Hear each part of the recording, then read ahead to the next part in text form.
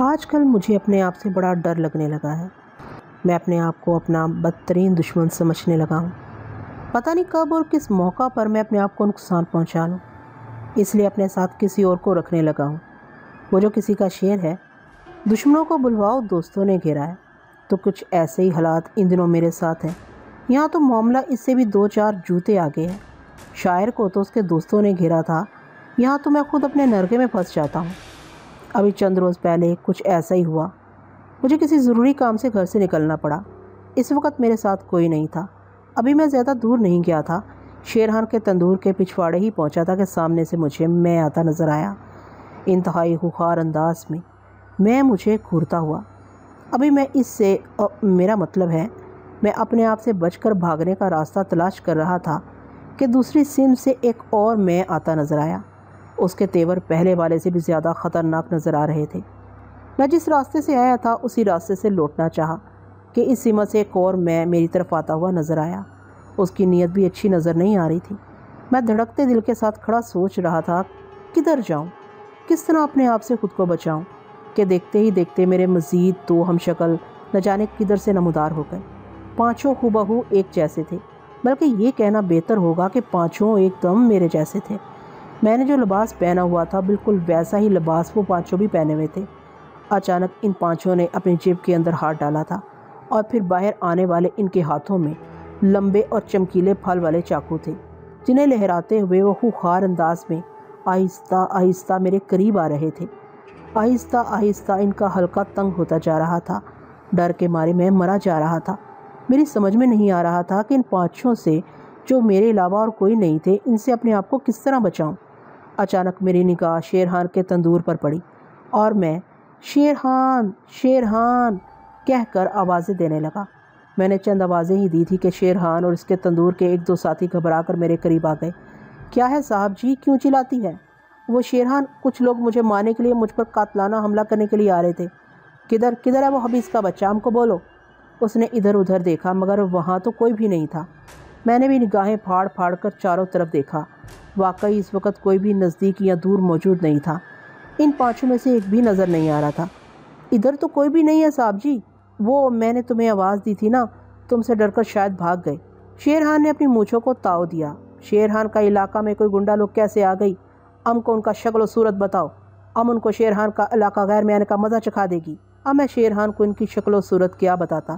اگر ان سے کہتا کہ وہ پانچوں میرے ہی ڈپلیکیٹ تھے، فوٹو کاپی تھے، تو شیرخان مجھے کیا دیوانہ نہیں سمجھتا؟ شیرخان بس ایسے ہی تھے جیسے گنڈے بدماش ہوتے ہیں۔ سب کے ہاتھ میں لمبے لمبے پھل والے چاقو تھے۔ مگر وہ سور کا بچہ کدھر کو بھاگی؟ اچھا شیرخان تم جاؤ، تمہارا شکریہ، تم وقت پر آگے، ورنہ وہ لوگ جانے میرا کیا حشر کر دیتے۔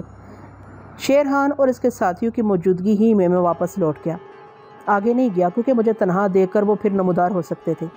ایسا میرے ساتھ کچھ دنوں سے ہو رہا تھا۔ میں جس حال، جس حلیے میں ہوتا، جس لباس میں ہوتا، میرے پانچوں ڈپلیکیٹ مجھے تنہائی کی صورت میں اسی حال، اسی حلیے اور اسی لباس میں نظر آتے۔ اس لیے رات کو اور اپنے گھر میں بھی میں تنہا نہیں رہتا تھا، اپنے ساتھ اپنی بیوی کو رکھتا تھا، اور اگر وہ نہ ہوتی تو کسی بچے یا نوکر کو۔ میرے ساتھ مجبوری یہ تھی کہ میں ان باتوں کا کسی سے بھی ذکر نہیں کر سکتا تھا۔ لوگ میری ذہنی حالت پر شک نہ کرنے لگے۔ آپ خود سوچئے، کون اس بات پر یقین کر سکتا ہے کہ میرے 1 نہیں 5 ڈپلیکیٹ ہیں جو میرے دشمن ہیں، مجھے مارنا چاہتے ہیں؟ جب بھی اور جہاں بھی مجھے تنہا دیکھتے ہیں ایک دم نمودار ہو جاتے ہیں اور میری جان لینے کی کوشش کرتے ہیں، اور دلچسپ بات یہ ہے کہ وہ میرے علاوہ کسی اور کو نظر بھی نہیں آتے۔ میری بیوی سخت پریشان تھی اور کہتی تھی تمہیں کیا ہو گیا ہے؟ آج کل تم اس قدر کیوں ڈرے ڈرے رہتے ہو، کیوں گھبرائے رہتے ہو؟ کہیں تم نے کوئی غلط کام تو نہیں کر لیا ہے، کوئی جرم جانے یا انجانے میں تو نہیں کر بیٹھے؟ اب میں اسے کیا بتاتا، پہلے ہی وہ بڑی شکی عورت ہے۔ میں اپنے دشمن ڈپلیکیٹوں کا ایسے ذکر کرتا تو وہ مجھے فوراً مینٹل اسپتال بھجوا دیتی۔ میں بڑی شدت سے سوچنے لگا تھا کہ فاروق بھائی سے اپنی اس پریشانی کا ذکر کروں۔ ایک وہی تو ہیں جو مجھے ہر حال میں عزیز رکھتے ہیں، اپنی کسی بات سے مجھے تکلیف نہیں پہنچاتے، میری دل جوئی میں کوئی کسر اٹھا نہیں رکھتے، ہیں تو میرے دوست لیکن بھائیوں سے بڑھ کر چاہتے ہیں۔ بلکہ یہ کہنا بے جا نہیں ہوگا کہ مجھے اپنے بچے کی طرح چاہتے ہیں۔ میں اگر ان سے اپنی اس پریشانی کا ذکر کروں گا تو وہ مجھے پاگل دیوانہ نہیں سمجھیں گے اور میری اس مصیبت کا ازالہ کرنے کی کوئی تدبیر، کوئی علاج ضرور بتائیں گے۔ وہ کئی بار مجھ سے پوچھ بھی چکے ہیں، کیا بات ہے بھائی مختار، آج کل تم ہنستے مسکراتے ہوئے ذرا کم ہی نظر آتے ہو؟ نہیں فاروق بھائی، ایسی تو کوئی بات نہیں۔ کہیں بھابھی کی طرف سے تو کوئی نہیں نہیں یہ ایسی کوئی بات نہیں، وہ تو بڑی نیک طبیعت اور چاہنے والی خاتون ہے۔ وہ جو کہتے ہیں کہ ہر کامیاب آدمی کے پیچھے کسی عورت کا ہاتھ ہوتا ہے، تو میری کامیابی کے پیچھے بھی انہی کی پر اثر شخصیت ہے۔ اور دراصل میں نے اپنی اصل پریشانی کا ذکر اب تک ان سے اس لیے نہیں کیا تھا کہ وہ میری اس پریشانی سے کوئی خود پریشان نہ ہو جائے۔ میری پریشانی کی وجہ سے تو میں کاروبار میں یکسوئی کے ساتھ توجہ نہیں دے پا رہا تھا۔ اگر فاروق بھائی بھی پریشان ہو گئے تو پھر ہمارا کام کیسے چلے گا؟ فاروق بھائی میرے کاروبار میں برابر کے شراکت دار ہیں اور ہم دونوں کی محنت ہی سے اس کام میں اتنی ترقی ہوئی ہے۔ میرے سسر صاحب کا انتقال ہوا تو میری بیگم کو ترکے میں بہت بڑی رقم ملی تھی جسے ہم نے بینک میں ڈال دیا تھا۔ ایک دن شمشاد بیگم بولی، مختار اس پیسے سے ہم کوئی کاروبار کیوں نہ کریں؟ صبح سے شام تک تم جتنی محنت دوسروں کے لیے کرتے ہو، اگر وہی محنت اپنے لیے اپنے کاروبار کے لیے کرو گے تو ہماری یہ دولت دگنی بھی ہو سکتی ہے۔ تمہارا آئیڈیا برا نہیں ہے، میں نے کہا، لیکن میں نے کبھی کوئی کاروبار نہیں کیا ہے، کہیں ایسا نہ ہو کہ میری ناتجربہ کاری کی وجہ سے تمہاری یہ ساری دولت میں گوا بیٹھوں۔ تمہاری یہ بات بھی غلط نہیں ہے، میرا خیال ہے کہ اس رقم کو بینک ہی میں پڑی رہنے دو، چھوٹا موٹا منافع تو مل ہی جاتا ہے اس سے۔ نہیں، میں سکیر منافع کی قائل نہیں، میرے ذہن میں ایک آئیڈیا ہے۔ کیسا آئیڈیا؟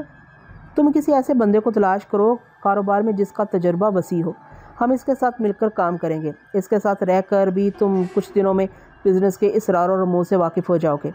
ہاں، تمہارا یہ آئیڈیا مجھے پسند آیا۔ اور پھر کچھ دنوں کے بعد ہمیں فاروق بھائی مل گئے۔ سرمایہ نہ ہونے کی وجہ سے ان کا کاروبار تقریباً ٹھپ ہو کر رہ گیا تھا۔ ان سے یہ معاملہ طے ہوا کہ ہمارا پیسہ اور آپ کی محنت 50-50 کے دونوں پارٹنر ہوں گے۔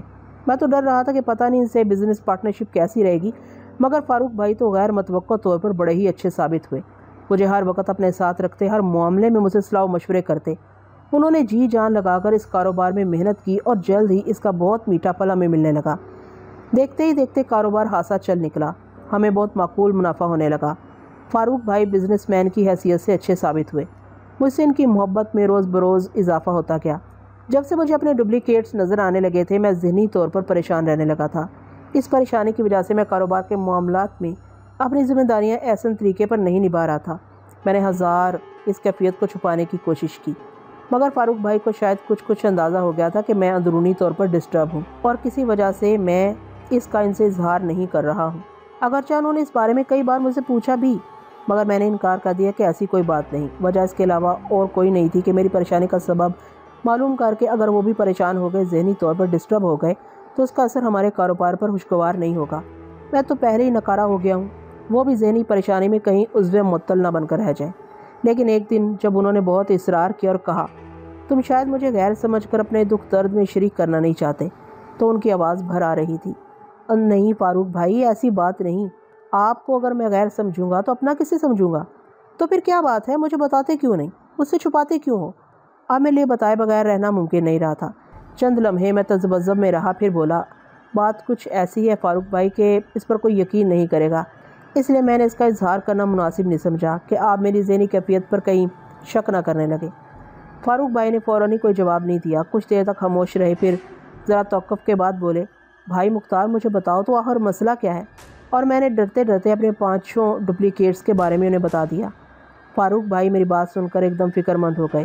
انہوں نے کوئی جواب نہیں دیا، مگر یوں لگا جیسے وہ کچھ سوچ رہے ہیں۔ میں نے انہیں خاموش دیکھ کر کہا، میری بات سن کر آپ یہی سوچیں گے کہ اس شخص کا دماغی توازن بگڑ گیا ہے۔ نہیں، میں ایسی کوئی بات نہیں سوچ رہا ہوں۔ پھر کیا سوچ رہے ہیں آپ؟ میں یہ سوچ رہا ہوں کہ ہمارا کوئی بدخواہ ہمیں نقصان پہنچانے کے لیے یہ سب کچھ کر رہا ہے۔ یہ کیا کہہ رہے ہیں فاروق بھائی؟ کیا میری اس بات کو میرا دماغی خلل تصور نہیں کر رہے ہیں؟ نہیں، ایسا ہونا ناممکنات میں سے نہیں۔ یہ بات آپ اتنے یقین کے ساتھ کیسے کہہ رہے ہیں؟ کیونکہ کہہ کر وہ رک گئے تھے اور دور خلا میں گھورنے لگے تھے۔ آپ رک کیوں گئے؟ کہیے نا، کیا کہنے چاہ رہے تھے آپ؟ کیونکہ اس طرح کا واقعہ میرے ساتھ بھی پیش آ چکا ہے۔ اچھا، وہ کیا واقعہ تھا؟ ایک دن مجھ سے ایک عورت ملی جو ہو بہو میری بیوی کی شکل و صورت کی تھی، مگر وہ میری بیوی نہیں تھی، کیونکہ میری بیوی بالکل ایک گھریلو قسم کی، بلکہ یہ کہنا چاہیے کہ دیہاتن قسم کی عورت ہے، جبکہ یہ عورت ایک انتہائی ماڈرن عورت تھی، جس کے بال ترشے ہوئے تھے اور اس کا لباس اتنا مختصر تھا کہ میری بیوی اس کے بارے میں سوچ بھی نہیں سکتی۔ وہ چند دنوں تک کسی نہ کسی جگہ تنہائی میں مجھے نظر آتی رہی، پھر وہ مجھ سے جلد ہی بے تکلف ہو گئی۔ وہ کہتی، مجھے یوں لگتا ہے کہ آپ کو کبھی پہلے بھی میں نے دیکھا ہے، مگر یاد نہیں آتا کہاں دیکھا ہے۔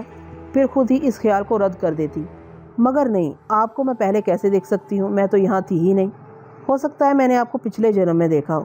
بھائی مختار، آپ تو جانتے ہیں مرد عورت کے معاملے میں بڑا کمزور ہوتا ہے۔ میں اسے جلد ہی اتنا قریب ہو گیا کہ جیسے وہ سچ مچ کی میری بیوی ہو۔ ابھی اس سے دوستی اور میل ملاپ کی مدت زیادہ نہیں ہوئی تھی کہ اچانک ایک اور عورت ٹکرائی جو میری بیوی کی گویا دوسری ڈپلیکیٹ تھی، مگر پہلی ڈپلیکیٹ سے بہت مختلف تھی۔ بےحد نرم و نازک سی، بےحد صاف ستھری، یوں لگتا کہ ہاتھ لگاؤ تو میلی ہو جائے گی، چھونے کی کوشش کرو گے تو ٹوٹ جائے گی، جبکہ میری بیوی دیہاتن ہونے کی وجہ سے بہت مضبوط اور توانا خاتون ہے۔ اس خاتون نے بھی چند ہی دنوں میں مجھے اپنا دیوانہ بنا لیا، اور اس دیوانگی کا علاج اس خاتون نے خود ہی تجویز کر دیا۔ مرد کی ساری محبت کا مطلب و مقصد ایک ہی ہوتا ہے، تم اپنا یہ مقصد پورا کر لیا کرو، ورنہ پاگل ہو کر پاگل خانے چلے جاؤ گے۔ اور تم سوچ سکتے ہو بھائی مختار، بہتی گنگا میں ہاتھ دھونے سے کون کافر گریز کرتا ہے؟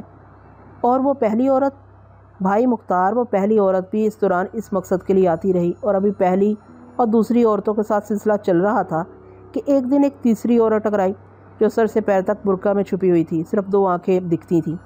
اس کی باتوں سے لگتا تھا کہ بڑی دکھی ہے۔ برقعے میں اس قدر چھپی ہونے کے باوجود مجھے یوں لگتا کہ وہ بڑی خوبصورت ہے۔ شاید اس کی یہ وجہ ہو کہ اس کے جسم سے بڑی اشتہا انگیز خوشبو نکلتی تھی۔ تمہیں کیا دکھ ہے مجھے بتاؤ، ایک دن میں نے اس سے کہا، اور وہ مجھے اپنے ساتھ ایک جگہ لے گئی۔ یہ ایک مکان تھا، تنہا مکان۔ وہاں جا کر اس نے پہلے اپنا برقع اتارا۔ میں یہ دیکھ کر حیران رہ گیا کہ وہ بھی میری بیوی سے مختلف نہیں تھی۔ پھر میرے قریب آ کر بولی، میرا دکھ یہ ہے کہ تم مجھ پر بالکل توجہ نہیں دیتے۔ میں تم پر توجہ نہیں دیتا؟ میں کچھ سمجھا نہیں خاتون، آؤ میں تمہیں سمجھاتی ہوں۔ یہ کہہ کر اس نے میرا ہاتھ پکڑا اور دوسرے کمرے میں لے گئی۔ وہاں یہ دیکھ کر میں حیران رہ گیا کہ بستر پر ایک شخص پڑا ہے جو کوئی اور نہیں، میں تھا۔ میرا مطلب میرا ڈپلیکیٹ تھا۔ یہ زندہ ہے، اس عورت نے کہا، لیکن میرے لیے مردہ ہے۔ پھر وہ مجھے پہلے کمرے میں اپنے ساتھ لے آئی۔ آپ بتاؤ تم میرا دکھ دور کرنے میں میرے ساتھ کیا تعاون کرو گے؟ بھائی مختار، تم ہی فیصلہ کرو۔ مجھ جیسا کمزور حساب کا آدمی کسی دکھی خاتون کو کیسے منع کر سکتا تھا؟ ابھی میں اس کے ساتھ مصروف تھا کہ اچانک کمرے میں پہلی اور دوسری عورت ایک ساتھ نمودار ہوئی۔ مجھے تیسری عورت کے ساتھ دیکھ کر ان کے غصے کی انتہا نہیں رہی۔ ان دونوں نے تیسری کو کتیا، ڈائن اور اسی نوعیت کے جانے کن کن القاب سے نوازنا شروع کر دیا، اور پھر وہ تینوں ایک دوسرے کو جانوروں کی طرح بھگوڑنے لگی۔ میں نے موقع غنیمت دیکھ کر وہاں مزید رکنا مناسب نہیں سمجھا، چپکے سے وہاں سے بھاگ گیا۔ وہاں سے آنے کے بعد میں سوچ اور فکر میں مبتلا ہو گیا کہ آخر یہ کیا راز ہے، کیا اسرار ہے؟ وہ تینوں کون تھیں جو میری بیوی سے اس قدر متشابہ تھیں؟ اور ایسے ہی خیالات مجھے پریشان کرنے لگے، اور اپنے کاروبار کی طرف سے میرا جی بالکل اچاٹ ہو گیا، جس کا نتیجہ یہ ہوا کہ تھوڑے دنوں بعد میرے کام میں نقصان ہونے لگا۔ اور یوں سمجھیے بھائی مختار، مجھے ہوش اس وقت آیا جب میرا چلتا ہوا اور منافع بخش کاروبار بالکل تباہ ہو گیا۔ فاروق بھائی کی کہانی سن کر تو میرے ہوش و حواس گم ہو گئے۔ میں نے ڈرتے ڈرتے کہا، کہیں ہمارے ساتھ بھی تو کچھ ایسا ہی نہیں ہونے والا؟ تمہاری ردا سن کر میں بھی اس نتیجے پر پہنچا ہوں کہ ہمارا کوئی بدخواہ ہمارے خلاف کوئی چال چل رہا ہے، کوئی شیطانی کھیل کھیل رہا ہے۔ تھوڑی دیر تک میں گمسم بیٹھا رہا، پھر پوچھا، ان حالات میں کیا کرنا چاہیے؟ فاروق بھائی نے فوراً ہی جواب نہیں دیا، ذرا توقف کے بعد بولے، اگرچہ میں دعا تعویذ اور پیر فقیر کا قائل نہیں، لیکن اس سلسلے میں ہمیں کسی اچھے عمل سے مل کر ان سے مدد ضرور لینی چاہیے۔ مگر مجھے تو ایسے کسی بندے کے بارے میں کچھ علم نہیں۔ بھائی مختار، تم فکر مند نہ ہو، میں کسی ایسے آدمی کو تلاش کرتا ہوں۔ اور پھر چند دنوں کے بعد انہوں نے کہا، ایک پہنچے ہوئے بزرگ کا پتہ مجھے معلوم ہوا ہے، کل چلیں گے ان کے پاس۔ نہیں فاروق بھائی، آج ہی چلیے۔ ٹھیک ہے، آج ہی چلیں گے۔ اور پھر اس روز عصر اور مغرب کے درمیانی وقفے میں ہم ان بزرگ کے پاس پہنچ گئے، انہیں میں نے اپنی پتا سنائی۔ میری ردا سن کر وہ چند لمحوں تک سوچتے رہے، پھر بولے، وہ پانچوں تمہارے ہمزاد ہیں، مگر ان کی نیت انہیں نقصان پہنچانے کی کیوں ہوتی ہے؟ بھائی فاروق نے پوچھا۔ اپنے ہمزاد کو جب بندہ خود قابو میں کرتا ہے تو وہ اس کے غلام ہوتے ہیں، مگر جب وہ کسی اور کے تابع ہوتے ہیں تو اس کی مرضی اور رضا سے وہی کرتے ہیں جو ان سے کہا جاتا ہے۔ بابا جی، کیا انہیں ان ہمزادوں سے نجات نہیں دلائی جا سکتی؟ دلائی جا سکتی ہے، مگر یہ بڑا کٹھن کام ہے، تو ہمارے لیے کچھ کیجیے، ہم سے جو بن پڑے گا ہم آپ کی خدمت کریں گے۔ اور بزرگ نے محض ایک تعویذ دیا کہ فی الحال اسے اپنے گلے میں ڈال لو اور جان بوجھ کر اکیلے ایسی تنہا جگہ جاؤ جہاں وہ پانچوں تمہیں نظر آئیں۔ میں نے وہ تعویذ وہیں ان کے سامنے گلے میں ڈال لیا اور اگلے روز پروگرام بنا کر شیرہان کے تندور کے پچھواڑے واقع میدان میں تنہا چلا گیا، اور ذرا دیر بعد ہی وہاں جانے کہاں سے اور کیسے میرے پانچوں ہمزاد آ گئے اور مجھے دائرے کی صورت میں اپنے گھیرے میں لے لیا۔ ایک نے اپنے ہونٹوں پر زبان پھر کر کہا، میں اسے پہلے کھاؤں گا۔ نہیں نہیں، دوسرا بولا، یہ میرا شکار ہے۔ ارے واہ، تم دونوں کو میری موجودگی میں ایسا سوچنے کی جرت کیسے ہوئی؟ تیری تو ایسی کی تیسی، کہہ کر پہلا تیسرے پر پل پڑا، بڑا ترم خان بنا پھرتا ہے۔ اور دیکھتے ہی دیکھتے وہ زمین پر پڑا لمبی لمبی سانسیں لے رہا تھا۔ دوسرے نے تیسرے کا یہ حشر دیکھا تو پہلے پر حملہ کر دیا۔ تم نے اسے کیوں مار ڈالا؟ تو کون ہوتا ہے مجھ سے جواب طلب کرنے والا؟ میں بتاتا ہوں کہ میں کون ہوتا ہوں، کہتا ہوا اس نے پہلے پر حلہ بول دیا اور پھر جلد ہی پہلا بھی تیسرے کے قریب پڑا مٹی چاٹ رہا تھا۔ یہ نہ سمجھنا کہ تم نمبر 1 کو مار کر ہمارا سردار بن گئے ہو۔ چوتھا بولا، اگر ہمت ہے تو میرے قریب آ۔ دوسرا چوتھے پر چھپٹا تھا اور چوتھا اس کے اچانک وار سے ایسا لڑکھڑا کر گرا کہ پھر دوبارہ نہ اٹھ سکا۔ یہ دیکھ کر پانچوں نے بغیر کسی تمہید یا اعلان کے دوسرے پر وار کر دیا، مگر دوسرا غالباً بے خبر نہیں تھا۔ بے یک وقت اس کے ہاتھ اور پیر اس پر اس شدت کے ساتھ پڑے تھے کہ اسے ڈیر ہونے میں دیر نہیں لگی۔ نمبر 2 نے اپنے ہاتھ یوں جھاڑے جیسے ان پر لگی گرد جھاڑ رہا ہو، پھر میری طرف مسکرا کر دیکھا جیسے کہہ رہا ہو، دیکھا میں کتنا طاقتور ہوں۔ پھر ان چاروں کی طرف دیکھ کر بولا، ذرا ان کو ٹھکانے لگا دوں پھر تمہاری طرف توجہ دوں گا۔ یہ کہہ کر وہ بیٹھ گیا اور اس طرح ان کے گوشت نوچنے اور ان کی ہڈیاں چبا کر کھانے لگا جیسے وہ کوئی خوخار درندہ ہے۔ دیکھتے ہی دیکھتے وہ اپنے چاروں ساتھیوں کو چٹ کر گیا۔ یہ منظر دیکھ کر میں تو سوکھے پتے کی طرح لرزنے لگا۔ یا خدا، یہ جو میرا ڈپلیکیٹ ہے یا میرا ہمزاد ہے، جو کوئی بھی ہے، کیا یہ کوئی عفریت ہے، کوئی بلا ہے، کیا ہے جو وہ اس طرح اپنے جیسے 4 بندوں کو دیکھتے ہی دیکھتے ہڑپ کر گیا؟ چاروں کو کھا کر وہ کھڑا ہوا اور اپنے منہ کو اپنے دامن اور آستین سے صاف کرتے ہوئے بولا، اب تمہاری باری ہے۔ تمہارا کیا ارادہ ہے؟ پہلے مجھ سے ان لوگوں کی طرح مقابلہ کرو گے یا بغیر مقابلے کے میرا نوالا بننا پسند کرو گے؟ خوف اور دہشت کے مارے میرے منہ سے کوئی لفظ نہیں نکل رہا تھا۔ میں کیا جواب دیتا؟ بس میری نگاہوں میں التجا تھی، درخواست تھی، مجھے معاف کر دو، مجھے چھوڑ دو، مجھے مت کھاؤ۔ اس نے اپنے پیٹ پر ہاتھ پھیرتے ہوئے کہا، یار ان چاروں کو کھا کر میں تو اوور لوڈ ہو گیا ہوں، اس لیے مجھے معاف کرنا، آج میں تمہیں نہیں کھا سکوں گا۔ میں نے آنکھیں موند کر دل میں اللہ کا شکر ادا کیا اور پھر آنکھیں کھولی تو میرے ارد گرد کوئی بھی موجود نہیں تھا۔ میں وہاں سے سرپٹ بھاگا۔ مجھے بھاگتے ہوئے شیرحان نے دیکھا تو آوازیں لگائی، ارے صاحب جی، آج پھر کیا کوئی گنڈی منڈی نظر آ گئی آپ کو؟ مگر میں نہ رکا، نہ شیرحان کو کوئی جواب دیا۔ میں وہاں سے گرتے پڑتے فاروق بھائی کے پاس پہنچا اور انہیں ساری رودات سنائی۔ فاروق بھائی نے ایک لمبی اور اطمینان بخش سانس لے کر کہا، چلو بابا جی کے تعویذ نے 5 میں سے 4 ہمزاد کا تو خاتمہ کر دیا، اب ایک رہ گیا ہے، وہ بھی اگلی بار مارا جائے گا۔ مگر فاروق بھائی، میں تو اب تنہا ان کا سامنا نہیں کروں گا، وہ تو کوئی بلا عفریت ہے، بھیڑیے اور چیتے کی طرح چیر پھاڑ کر کھا جاتا ہے۔ بھائی مختار، تم خواہ ڈر رہے ہو۔ بابا جی کے تعویذ نے اگر 4 کو ختم کر دیا ہے تو کیا اس 5ویں کو ختم کرنے کی اس میں تاثیر نہیں ہوگی؟ اس موقع پر اگر تم نے ڈر یا ہچکچاہٹ سے کام دیا تو ہو سکتا ہے تعویذ کا اثر زائل ہو جائے۔ غرض کے بھائی فاروق کے سمجھانے بجھانے پر اگلے روز بھی مجھے مقتل میں جانا پڑا، مگر جیسے ہی میں میدان کے بیچوں بیچ پہنچا، یہ دیکھ کر میرے دیوتا کوچ کر گئے کہ 5 میری سمت ندیدوں کی طرح اپنے ہونٹوں پر زبان پھیرتے ہوئے بڑھ رہے ہیں۔ مگر اس سے پہلے کہ میں بے ہوش ہو کر گرتا، ان میں کل کی طرح آپس میں جنگ چھڑ گئی، جس کے نتیجے میں ایک زندہ سلامت بچا اور باقی سب مارے گئے، اور زندہ بچنے والے نے مرنے والے ساتھیوں کو بھگوڑنا شروع کر دیا اور ہڈیوں تک کو نہیں چھوڑا۔ میں نے ڈرتے ڈرتے اس سے کہا، آؤ اب مجھے بھی کھا لو۔ یار تم مجھے کوئی پیٹو سمجھتے ہو کیا؟ اب تو میرے پیٹ میں چورن تک کی گنجائش نہیں۔ ویری سوری، آج میں تمہیں نہیں کھا سکوں گا، مگر میرا وعدہ ہے کل میں سب سے پہلے تمہیں کھاؤں گا۔ تم ایک دن اور ٹھہر جاؤ۔ اور اس کے بعد وہ وہاں موجود نہیں تھا۔ میں بھاگم بھاگ گھر پہنچ گیا اور بستر پر کسی کٹے ہوئے درخت کی طرح گر گیا۔ میرا پورا وجود پسینے سے شرابور تھا، دل بڑی تیزی سے دھڑک رہا تھا۔ میری بیگم نے مجھے اس حال میں دیکھا تو گھبرا گئی۔ پہلے تو گلوکوز اور سکون پہنچانے والی دواؤں سے میری حالت کو بہتر کرنے کی کوشش کی، پھر جب آہستہ آہستہ میں نارمل ہوا تو اس نے بڑے پیار سے کہا، مختار تمہیں میری جان کی قسم ہے، کیا بات ہے، مجھ سے کچھ نہ چھپاؤ۔ کیا تم پولیس سے بچ کر بھاگے ہو؟ نہیں، ایسی کوئی بات نہیں۔ تو پھر کیا بات ہے، مجھ سے سچ سچ بتاؤ۔ ہاں شمشاد بیگم، آج میں تمہیں سب کچھ سچ سچ بتا دوں گا، میں نے کہا، اور پھر ذرا دیر بعد میں نے ابتدا سے اب تک کی ساری رودات سنا دی۔ چاہنے والی بیوی سے بڑھ کر دنیا میں کوئی ہمدرد نہیں ہوتا۔ افسوس کہ تم نے مجھ پر بھروسہ کرنے کی بجائے اپنے دوست پر بھروسہ کیا۔ خیر، جو کچھ ہوا سو ہوا، اب میں تمہیں اس عذاب سے بچانے کے لیے تدبیر سوچتی ہوں، تم گھبراؤ مت۔ اور اگلے روز وہ مجھے اپنے ساتھ لے کر ایک عامل کے پاس پہنچی۔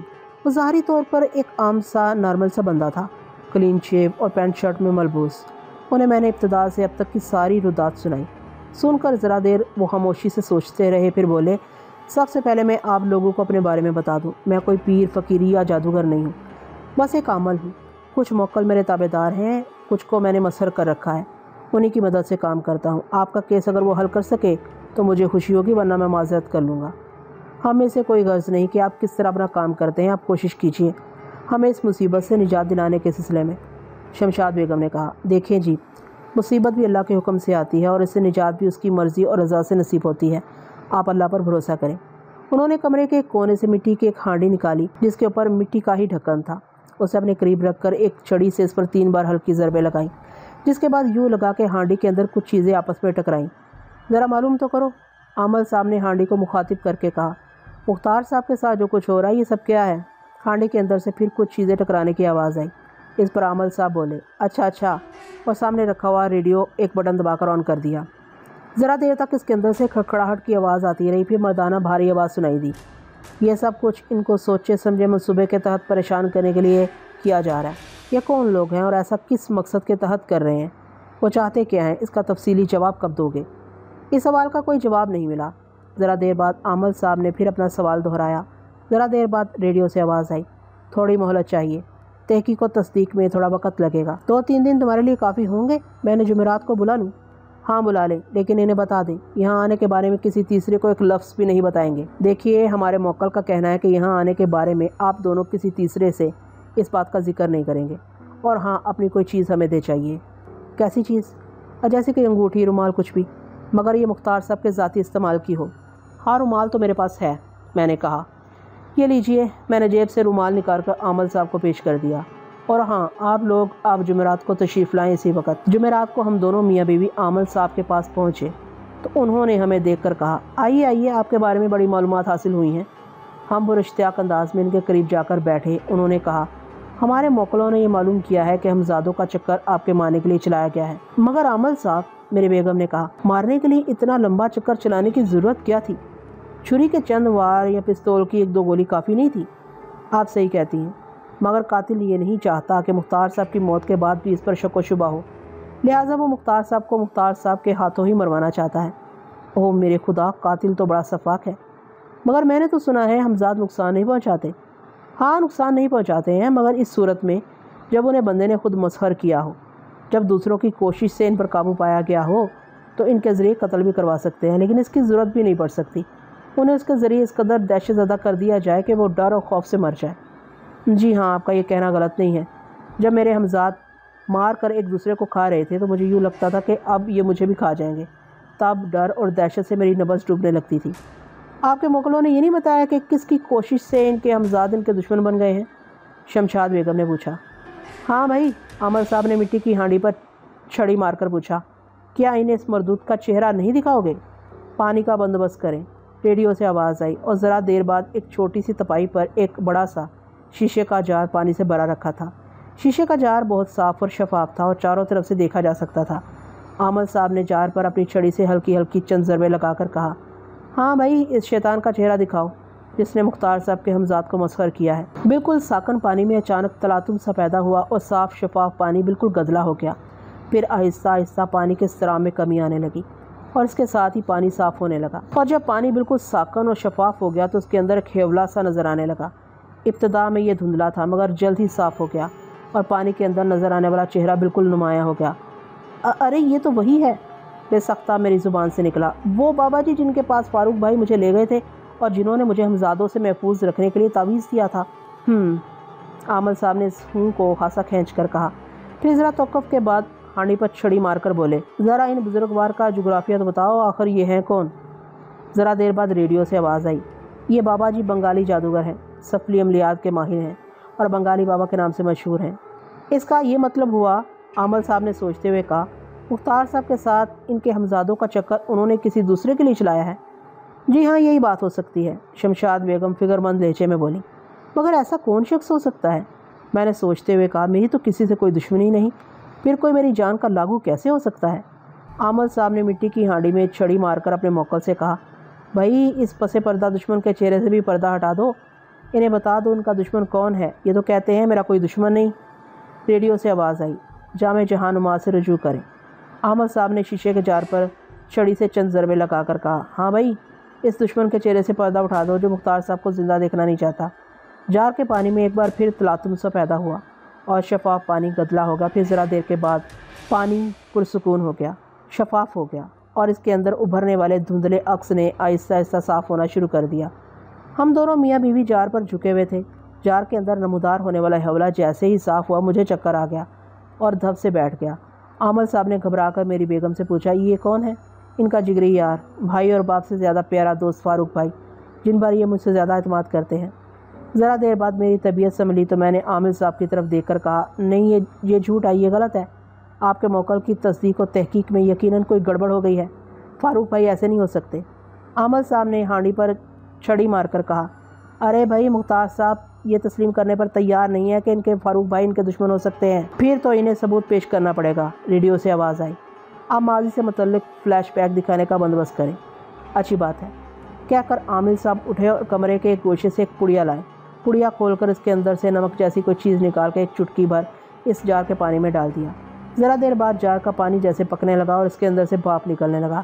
پھر آہستہ آہستہ بھاپوں کا احراج ختم ہو گیا، پانی ٹھنڈا اور پرسکون ہو گیا۔ اب عامل صاحب نے جار پر چھڑی مار کر کہا، ہاں بھائی اب فلیش بیک دکھا دو۔ جار کے پانی میں پہلے دھندلے سے ہیولے ابھرے، پھر صاف ہوئے تو صاف نظر آنے لگا۔ فاروق بھائی بنگالی جادوگر بنگالی بابا سے کچھ کہہ رہے تھے۔ یہ کیا کہہ رہے ہیں؟ ان کی آواز نہیں سناؤ گے؟ عامل صاحب نے غالباً موکل کو مخاطب کیا، ریڈیو کا والیوم ذرا اونچا کر دیجیے۔ ریڈیو سے آواز آئی۔ عامل صاحب نے ریڈیو کی آواز اونچی کر دی۔ بنگالی بابا فاروق بھائی سے کہہ رہے تھے، اسے دیکھے بغیر میں اس کے ہمزاد کو کیسے قابو کروں گا؟ میں اسے لا تو نہیں سکتا، اس کی تصویر لایا ہوں۔ چلو اس سے بھی کام چلے گا، میں اس کی تصویر سے ہی کام شروع کرتا ہوں، لیکن درمیان میں ایک بار مجھے دور سے اسے دکھا دو۔ ٹھیک ہے، اس کا بندوبست ہو جائے گا، فاروق بھائی نے کچھ سوچتے ہوئے کہا، مگر اس کے لیے آپ کو تکلیف کرنی پڑے گی، آپ کو کسی بہانے میرے دفتر آنا پڑے گا، وہ وہاں آپ کو نظر آ جائے گا۔ ٹھیک ہے، میں ہی آ جاؤں گا۔ اس عمل میں کتنی دیر لگے گی؟ 40 دن کا چلا ہے اور پھر 4 جمعراتوں کا ٹلا۔ چلا تو میں سمجھ گیا ہے، مگر یہ ٹلا کیا ہوتا ہے؟ یوں تو اسے آپ کو سمجھنے کی ضرورت نہیں، مگر آپ نے پوچھ ہی لیا تو بتاتا ہوں۔ ٹلا قابو کیے ہوئے ہمزاد کو آزمانے کا دورانیہ ہوتا ہے۔ مجھے 4 جمعراتوں کو آدھی رات کے بعد ہمزاد کو آزمانا پڑے گا کہ وہ میری مرضی کے مطابق کام کرتا ہے یا نہیں۔ فاروق بھائی نے ایک لمبا اور اطمینان بخش سانس لیا تھا، پھر ان کی آواز آئی، بنگالی بابا کیا مختار کا ہمزاد اس کا کام تمام کر دے گا؟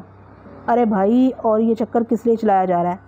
اس کے ایک ہمزاد سے میں 5 بنا لوں گا اور وہ 5 اس کا جینا حرام کر دیں گے، یا تو وہ ان کی دہشت سے مر جائے گا اور اگر اس طرح نہیں مرا تو ان کے ہاتھوں مروا دوں گا۔ بس یہ کام ہو جانا چاہیے، آپ جس طرح بھی چاہیں کروا دیں، پیسوں کی فکر نہ کریں، میں آپ کو مالا مال کر دوں گا۔ آپ بالکل اطمینان رکھیں، آپ کا کام تسلی بخش طریقے پر ہو جائے گا۔ مگر بنگالی بابا رک گیا تھا، ذرا توقف کے بعد خود ہی بولا، مگر اس سیدھے سادے اور بھولے والے شخص کے دشمن تم کیوں بن گئے ہو؟ پیسہ؟ بنگالی بابا، پیسے نے مجھے اس کا دشمن بنا دیا ہے۔ یہ اتنا بڑا کاروبار میری محنت سے ہوا ہے، مگر وہ آدھے کا حصے دار بنا ہوا ہے۔ مگر آپ نے تو بتایا تھا کہ اس کے پیسے سے آپ کا ڈوبا ہوا کاروبار دوبارہ زندہ ہوا۔ ہاں، پیسہ تو بے شک کسی کا لگا، مگر اب سارے پیسے پر میں اپنا قبضہ جمانا چاہتا ہوں اور اسے منظر سے ہٹانا چاہتا ہوں۔ فاروق بھائی جیسے ہی خاموش ہوئے، ریڈیو سے موکل کی آواز آئی، اب انہیں یقین آیا یا نہیں؟ عامل صاحب کے کچھ کہنے سے پہلے ہی میں بول پڑا، کانوں سنے کو جھٹلایا جا سکتا ہے مگر آنکھوں دیکھے سے انکار نہیں کیا جا سکتا۔ عامل صاحب، میری بیگم نے انہیں مخاطب کیا، اب بتائیے ہمیں کیا کرنا ہے؟ یہ فیصلہ تو آپ لوگوں کو کرنا ہے، میں نے جلدی سے کہا۔ خون کا بدلہ تو خون ہی ہوتا ہے، مگر میں خود خون خرابے کا اس کی جان بخشی پر اصرار کر رہے ہیں، بس آپ اتنا کر دیں۔ میں نے کچھ سوچ کر کہا کہ میرے ہمزاد بنگالی بابا کے اثر سے آزاد ہو جائیں اور میں باقی معاملہ اللہ پر چھوڑتا ہوں، اور اگر انہوں نے زہر دے کر مار دیا تو؟ شمشاد بیگم نے مجھ سے کہا، نہیں، وہ بزدل آدمی ہے، خود کچھ کرنے کی ہمت نہیں کرے گا۔ عامل صاحب کے گھر سے اٹھ کر ہم دونوں میاں بیوی گھر پہنچے تو ذرا دیر بعد ہی ٹیلی فون کی گھنٹی نے ہمیں اپنی طرف متوجہ کیا۔ میں نے ریسیور اٹھا کر ہیلو کہا تو دوسری طرف سے سسکیوں کے ساتھ آواز آئی، بھائی مختار، آپ کے دوست، آپ کے بھائی فاروق آپ کو چھوڑ کر چلے گئے۔ میں ایک دم بوکھلا گیا، بھابھی یہ آپ کیا کہہ رہی ہیں؟ وہ دفتر سے نکل کر گھر آ رہے تھے کہ ان کی گاڑی پانی کے ایک ٹینکر سے ٹکرا گئی، نہ گاڑی سلامت رہی نہ وہ باقی بچے۔